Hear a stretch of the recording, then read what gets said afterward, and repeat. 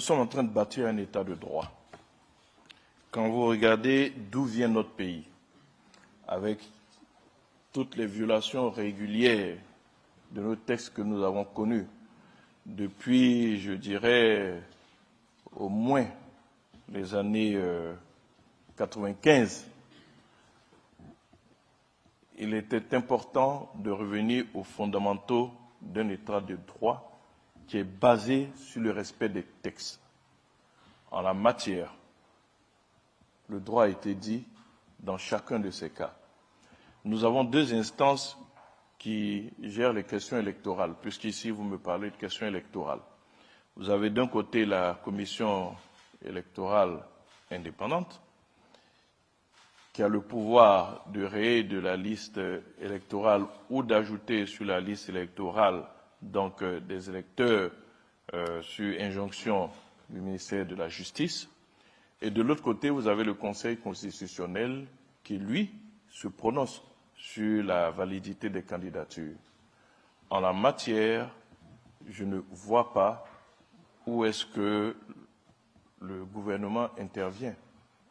Surtout qu'en ce qui concerne la commission électorale, toutes les décisions sont prises de façon collégiale. Donc ça veut dire que toutes les décisions qui ont été prises par la commission électorale jusqu'à ce jour ont rencontré le consentement de tous les membres de cette commission électorale. C'est facile donc de voir partout la main de l'État, mais je peux vous assurer que le président de la République est en train de réussir à construire l'État de droit qu'il veut que notre pays devienne. Un pays respectueux de ses textes, un pays respectueux de sa constitution, un pays respectueux des décisions de justice qui sont prises. C'est de cela qu'il s'agit. Maintenant, je peux comprendre que certains opposants, dans leur désarroi et beau jeu de voir la main de l'État partout, mais dans les pays démocratiques, ce n'est pas comme ça que les choses sont perçues. Et je ne veux pas faire de comparaison, mais nous avons vu récemment que la candidate d'un parti en France, parti qui est arrivé à 3 reprises au second tour, parti dont tout le monde a vu le score qu'il a fait aux récentes élections législatives qui ont eu lieu en France, a été frappé d'inéligibilité. Il y aura certes un appel, mais sans préjuger de ce que sera cet appel, s'il y avait des élections demain en France, ben, la dite candidate ne pourrait pas faire acte de candidature parce que frappée d'inéligibilité. Mais je ne crois pas que le citoyen français ait vu la main de l'État derrière cette décision. La démocratie, elle est une. On ne peut pas avoir une démocratie bonne pour les pays développés et puis une autre à géométrie variable que l'on voudrait que les pays sur le continent vivent. Nous voulons un État de droit, nous voulons un État qui soit respectueux de ces textes et c'est en cela que vous avez remarqué, nous ne commentons pas de décisions de justice, nous les respectons. La juge a rendu une décision, nous la respectons. Cette décision s'appuie sur l'application de l'article 48, qui n'est pas sa première application dans notre pays, vous le savez. En 2011, on a eu le cas de ce que vous-même, la presse, avez appelé la jurisprudence Tioté, et personne dans notre pays ne peut remettre en doute les compétences du professeur Francis Vaudier en termes de droit, encore moins en termes de droit constitutionnel. C'est lui qui a rendu cet arrêté. Et tout le monde sait qui était cet éminent professeur dans notre pays. Donc, c'est un texte qui a déjà connu une application. Il en connaît une autre aujourd'hui. Ce n'est pas que la seule application qu'il y a déjà eu, je veux dire avec le cas de la jurisprudence Tioté, dont nous respectons cette décision. Je ne veux pas faire de commentaires particuliers. Je veux juste inviter chacune et chacun à respecter les textes de notre pays. Et c'est comme ça que l'on construit un État de droit, en se conformant, je dirais donc, aux décisions de justice, en se conformant aux textes qui permettent le bon fonctionnement de ce pays. Je ne veux pas m'étendre plus longtemps sur ce dossier. Une décision a été rendue. Toutes les conséquences vont se suivre. Je n'ai pas entendu, en tout cas, que la justice, pour ce qui a été rendu dans la presse, avait exigé le retrait de certains documents, dont le passeport dont vous parlez. Mais si c'est une des conséquences, cette conséquence sera suivie des faits, bien évidemment. Mais je ne peux pas vous le dire parce que je n'ai pas eu accès à la décision de la justice. Je n'ai eu que les comptes rendus qui ont été faits donc, dans la presse. Quand nous aurons la décision de la justice, exactement comme l'arrêt du professeur Francis Vaudier a été rendu public, eh bien, en ce moment-là, on verra toutes les conséquences d'une telle décision. Le chef de l'État s'est engagé à ce que les élections soient apaisées et démocratiques. C'est ce que moi j'ai entendu. Donc je ne veux pas que l'on fasse dire au chef de l'État ce qu'il n'a pas dit. Une fois de plus, votre question me permet de revenir au texte de notre pays. Ce n'est pas au chef de l'État de décider qui va à l'élection ou qui ne va pas. Il y a des organes qui existent pour cela. Il faut que l'on accepte de sortir de cette vision des républiques bananières. Je suis désolé si je suis dur avec mes mots, mais je ne vois pas d'autres mots. De républiques bananières où on croit que le chef de l'État décide tout, peut tout, c'est le tout-puissant, il a droit de vie et de mort sur ses citoyens, c'est lui qui dit ici tel peut être candidat, tel ne peut pas être candidat. Non. Je dirais, l'une des premières missions importantes que le chef de l'État s'est donnée, ça a été de mettre en place des institutions qui fonctionnent. Je vous ai dit ici une fois qu'aucun régime n'a mis en place autant d'organes de contrôle que le chef de l'État l'a fait en termes de gestion et de bonne gouvernance.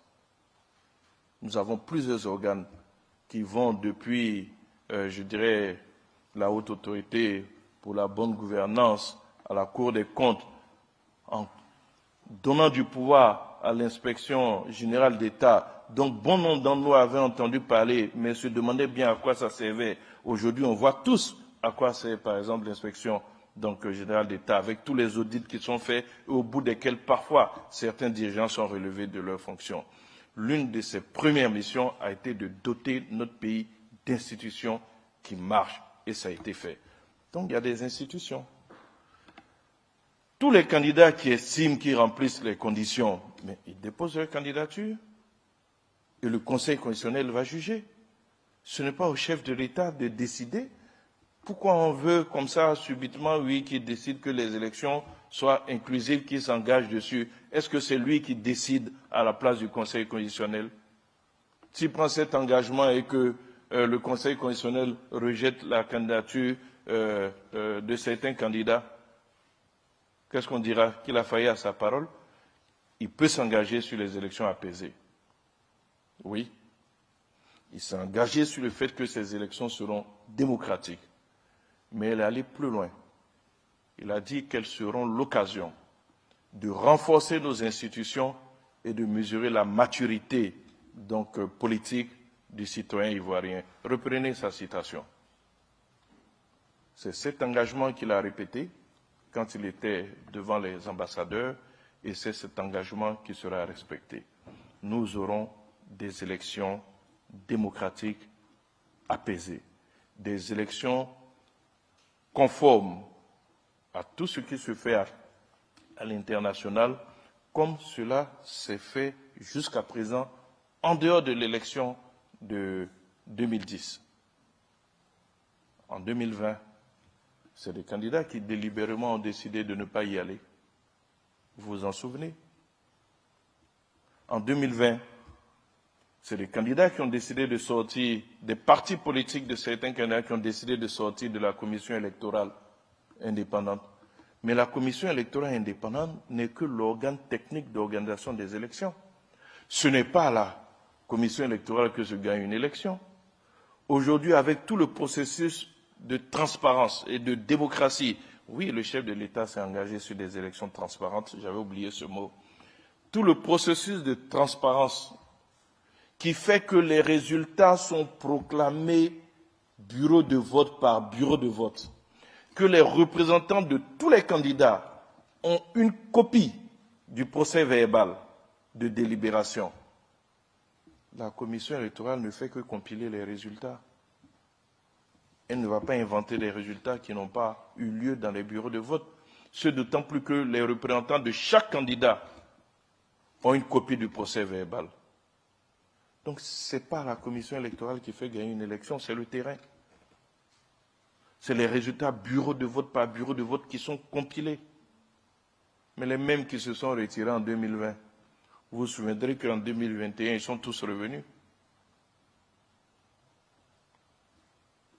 Et c'est avec cette même commission qu'ils ont eu qui des députés, qui des maires, qui des conseils régionaux. C'est un faux procès qui est fait aujourd'hui à la commission électorale indépendante.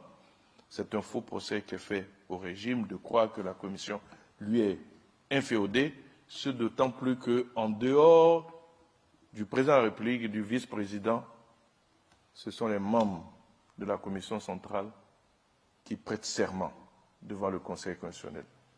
Ils sont tous assermentés et une fois qu'ils sont membres de cette commission, ils y sont non plus pour un parti politique, mais pour servir la Côte d'Ivoire.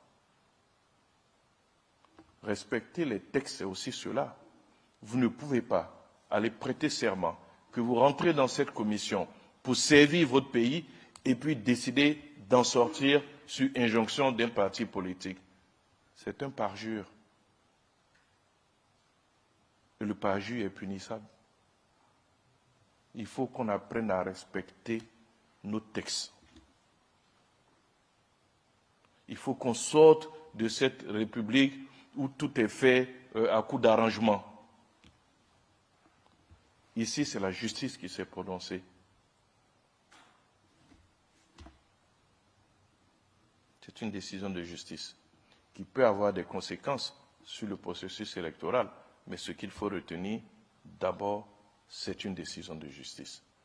Tout comme dans le cadre de M. Laurent Gbagbo ou de M. Charles Blé Goudé, c'est une décision de justice qui a certes des conséquences sur les élections, mais c'est avant tout une décision de justice.